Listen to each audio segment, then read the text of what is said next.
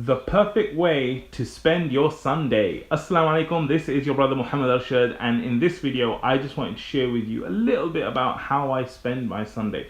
So first of all, I tend to work probably every day, but I think it's important to have some rest time, right? Because I think having rest kind of gets you recuperated, it kind of gets you into that mode where your motivation's back up and stuff. So I think it's really, really important, even if you work hard, to take one day off in the week. Now obviously that can be any day of the week. Sometimes people like doing it on Jummah, sometimes people like doing it on Saturday or Sunday. Me personally, I think Sunday has that kind of chilled out vibe, so I like to kind of build upon that.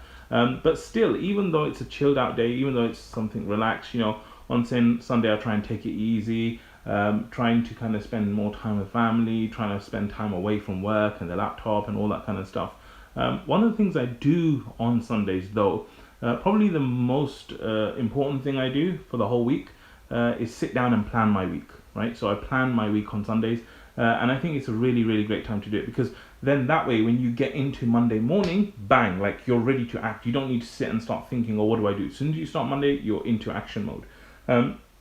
So what I do is I actually sit down sometime on Sunday. Sometimes I do it in the morning, sometimes I do it in the afternoon, sometimes I do it in the evenings, but I actually sit down and plan the whole week out. Now let me give some tips for planning and how I do it, so that gives you some kind of some background on that as well.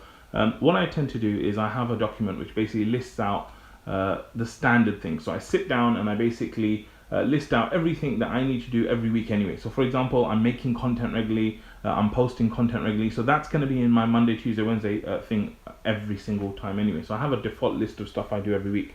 I basically review the week. I'm like, how did last week go? What were the good things that happened? What did I do? What were the things that I should have done, I didn't do? Why didn't I do them? How can I make the coming week better? And then I start looking at all the things that I need to basically do this week. Now, where does that come from? That comes from actions that might be there, that comes from other people's requests.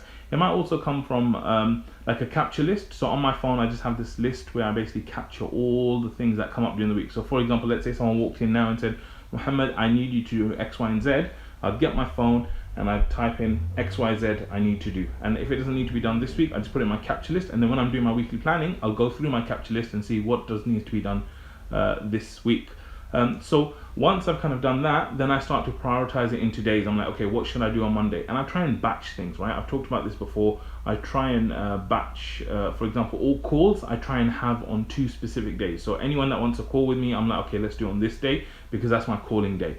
And then deep work, I'm like, this is the day for deep work. So try and batch things, because that will make you more effective rather than task switching.